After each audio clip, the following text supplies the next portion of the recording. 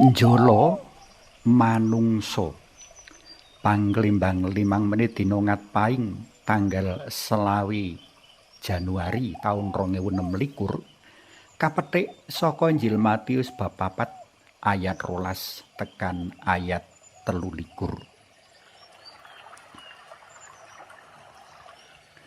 Ana panemu kang ngandhakake menawa donya iki sawijining papan kanggo mbuwang wong-wong dosa. Mula kahanane ya ala ora karu-karuan. Bisa kasipati dhewe kadurakan lan kadurjanan kang tuwuh ngrembaka nak kemanak kaya-kaya ora ana pakon paugeran kang saguh nyandhek lan ngendhaleni. Akeh para panegak hukum kang uga kagubet kajireting prakara hukum. Minangka sawijining penegak hukum, dheweke ora bisa jejeg marga atine condhong mring piyala.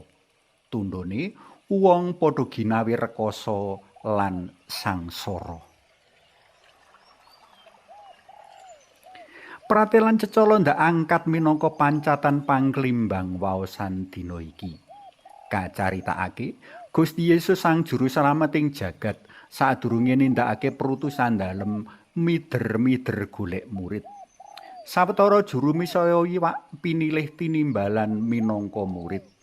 Wong-wong mau yaiku Simon Petrus lan Andreas sedulure sarta Yakobus lan Yohanes anake Zebedeus. Wong-wong mau tinimbalan kanggo mbiyantu Gusti Yesus njolo manungsa.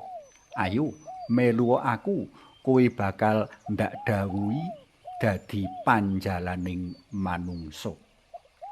Tembung panjala manungsa prayoga kapigatekake. Kanthi tembung jala manungsa sedya kagambarake menawa donya iki sawijining samudra jembar kang kebak ing iwak yaiku para manungsa.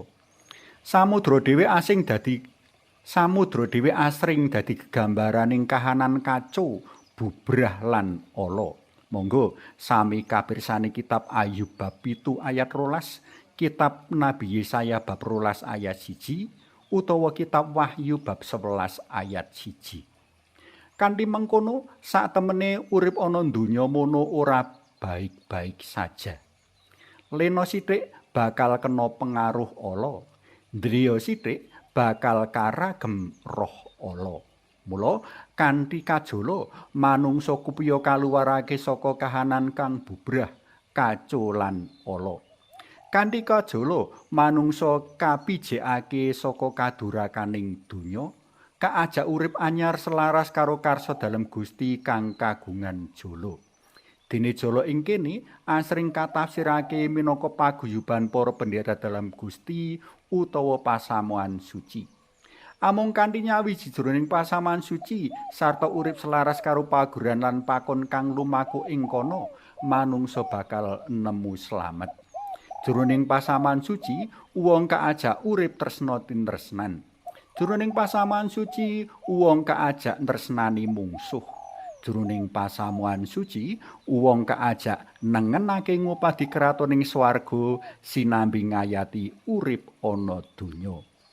Murid kapat tinimbalan ngangsu karuh luwih dhisik marang Gusti sadurunge reroyongan karo Gusti Sang Guru padha njala manungsa.